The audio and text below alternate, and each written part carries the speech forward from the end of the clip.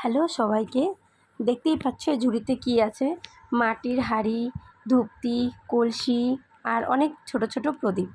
কেন বলো তো?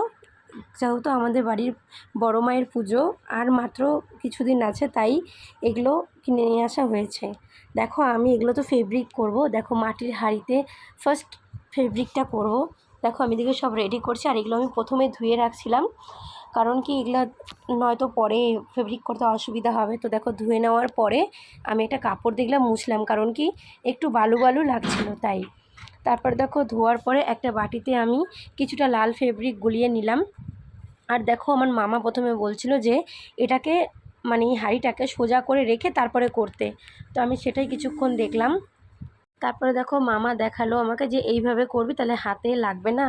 তো আমিও মামার দেখানোর পরে আমি ফটাফট এগুলাকে লাল রঙের ফেব্রিক করলাম। আর তারপর দেখো আমি সাদা আর সবুজ কালারের ফেব্রিক নিয়ে নিলাম, যেহেতু তখন অনেকটা রাত হয়ে গেছিলো। তো দেখো আমাদের ঘরেই আমি করছি, কারণ কি আমাদের ঘরে লাইটের পাওয়ারটাও একটু কম ছিল, তাই একটু আপচা আপচা লাগছে। আর দেখো আমি সেই সাদা ফেব্রিক দিয়ে এখানে ওই সাদা বর্ডার দেওয়া শুরু করে দিলাম। যেহেতু ছোটো ছোটো ফুল আঁকাবো, আমার মা বলছিল যে ছোটো ছোটো ফুলই করতে সিম্পলের মধ্যে, তো আমি সেই জন্য একটা সাদা একটা বর্ডার দিলাম। তারপর দেখো আমি সুন্দর ছোটো ছোটো ফুল আঁকানো স্টার্ট করলাম।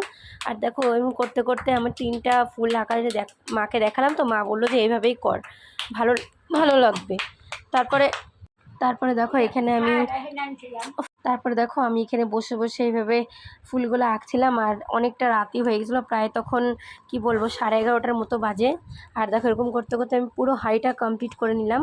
আর উপর পোর্শনে আমি ছোটো ছোটো পাতার মতন আঁকালাম, কারণ কি সিম্পল আর একটা সুন্দর ছোট্ট ডিজাইনের মধ্যে এটাই একটু ভালো লাগছিলো। আমার মা বলছিল যে এভাবেই করতে, তো আমি দেখো এইভাবেই করলাম। তারপরে আমি চলে আসলাম ঘট নিয়ে। এই দেখো এই ঘরটাও আমি সেদিন ফেব্রিক করে রাখছিলাম, লাল ফেব্রিক। তো আজকে আমি এটার উপরে একটা ছোট্ট ফুল আঁকালাম। প্রথমে একটা ফুল আঁকাছিলাম, তারপরে ভাবলাম যে না আরেকটা ফুল আঁকাই, তারপরে আমি আরেকটা ফুলও আঁকালাম। আর দেখো ফুলটাও দেখো আমি এখানে ছোট ছোট কলসির মধ্যে ফুলগুলো যে আঁকালাম। তো এইভাবে করে আমি আমার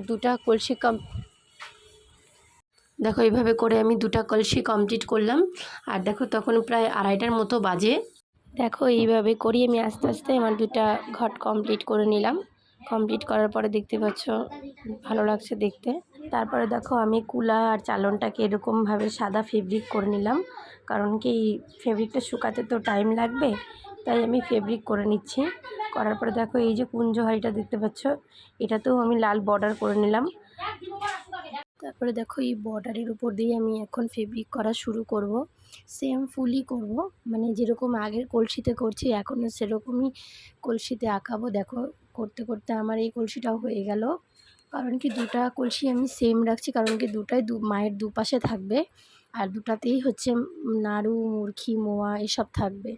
তো এই জন্য আমি দুটাই সেম করছি, কোনোটা আলাদা করিনি। দেখো আমি এখানে করতেছি আরও একটা, কারণ কি একটা তো কমপ্লিট হয়ে গেছিলো আর একটা একটু বাকি ছিল, তো তাই ওটাই আমি এখন কমপ্লিট করতে বসলাম। দেখতেই পাচ্ছ তোমরা। আর দেখো করতে করতে প্রায় অনেকটা রাতও হয়ে গেছিলো। আর দেখো আমি করেই যাচ্ছিলাম এখানে। তারপরে দেখো এখানে আমার এগুলা কমপ্লিট। খুব ফাইনালি আমার এই যে মাটির জিনিসপত্র সেগুলো সব কমপ্লিট হয়ে গেছে ফেব্রিক করা। 2টা হাঁড়ি আর দিকে 2টা ঘট। দেন আমি এখানে কুলাটাকে ডিজাইন করব। দেখো কুলাটাকে প্রথমে আমি সাদা ফেব্রিক করছিলাম, এখন এই উপর দিয়ে সাইডে দেখো লাল বর্ডার, যেহেতু আমি ওই বুনুটাকে শিখিয়ে দিলাম যে এইভাবে জাস্ট লাল বর্ডারটা দিতে, তো ওই জন্য ও দিয়ে দিচ্ছে লাল বর্ডার। আমি এদিকে এই চালনটাকে ফেব্রিক করে ফেললাম। দেখো এখন এই ফেব্রিক করা চালনের উপরে আমি সিম্পল আর নর্মাল ডিজাইন দেবো, যেহেতু আমাদের মাঝখানেই কলা পাতা দেওয়া হয়, তার জন্য আমি সাইডেই ডিজাইন করব। দেখো আবার সেই স্নান করে আবার বসলাম, সারাদিন কাজকর্ম করে আবার দেখো বসলাম। এই যে পিঙ্কি কখন থেকে বলছে, দেখো সবাই অনেকক্ষণ থেকে বলছে চল চলো যদি করি। দেখো আবার এখন করবো। দেখো টাটা।